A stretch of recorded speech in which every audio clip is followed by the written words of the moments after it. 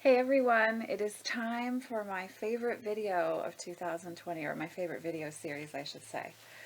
We're doing April's double shot, and it's coming a little bit late this month, but I was waiting for the perfect hit of what the deck would be this month.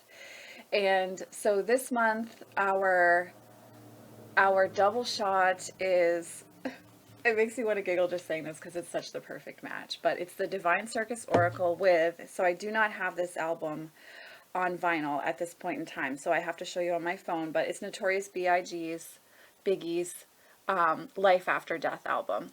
So I want to talk about why I feel like Life After Death is the perfect album to complement the Divine Circus Oracle. So for those of you who've been following the channel for a while, you all may know that this is one of those decks that I have such a tumultuous relationship with. She tends to be like a really good straight shooter. She loves working with my clients. I have quite a few clients that, especially those that get energy work, that love drawing from her at the end of a session.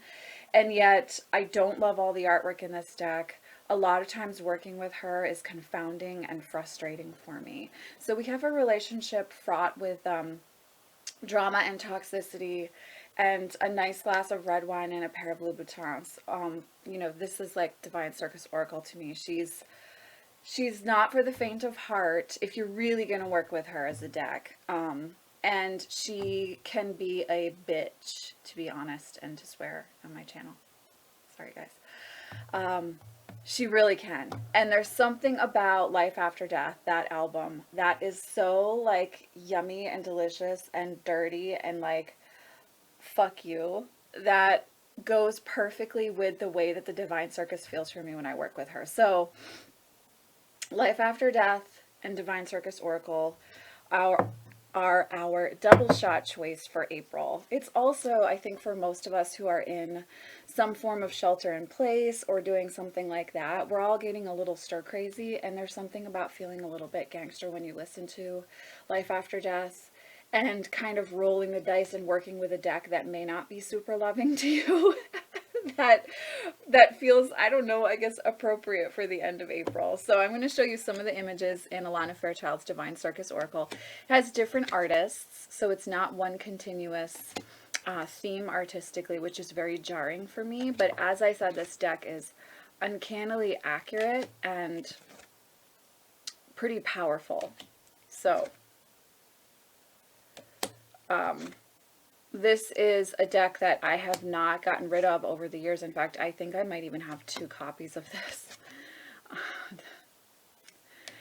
It drives me nuts, and yet it also is so bloody spot on sometimes that it's irritating.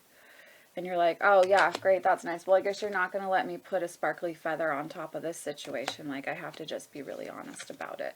So it's a beautiful deck for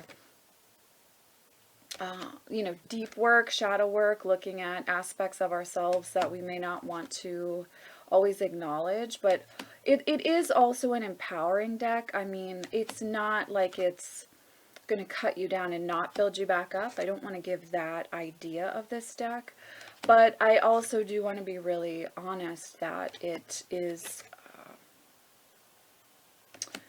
maybe, at least in my experience, not for the faint of heart. Like if I was just starting to work with Oracle decks, I may not recommend Divine Circus Oracle. This is my favorite image in the deck. Love her so much.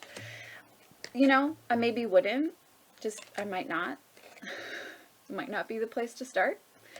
But if you want to bring something into your work that adds a facet and a different, unique perspective, then this is definitely the deck that's going to get you there. And of course, Life After Death is irreverent and covers really big, important themes, and it does it in a way that's sexy. And I think that the Divine Circus also is a sexy deck as well. She's naughty and irreverent and sexy. So this is my double shot for April. Biggie's Life After Death, Alana Fairchild's Divine Circus Oracle. The perfect union of naughtiness and escape from reality while being incredibly honest about what's actually happening at a time when I think we're all feeling that personally as well. So I completely forgot that I was gonna like talk about a few of the songs. So hold on, because I want to just like do a rundown for you guys, like some of the songs that remind me of certain cards. So What's Beef reminds me of Her Wicked Ways.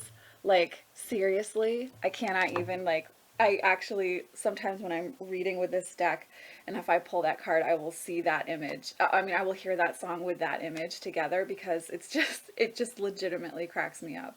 The Brilliant Virgin with, of course, the ever popular Hypnotize just seems to like go so perfectly together. And then for I Love the Dough, hold on, because I love that song too. I gotta find the right one.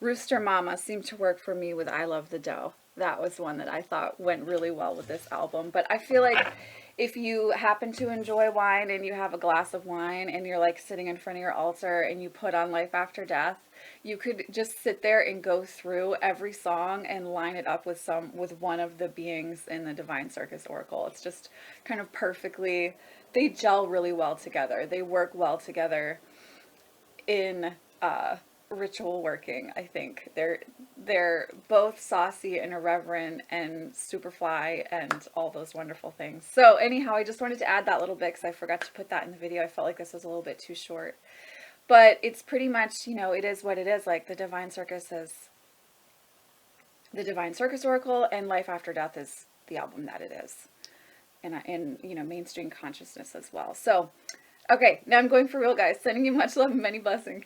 Bye.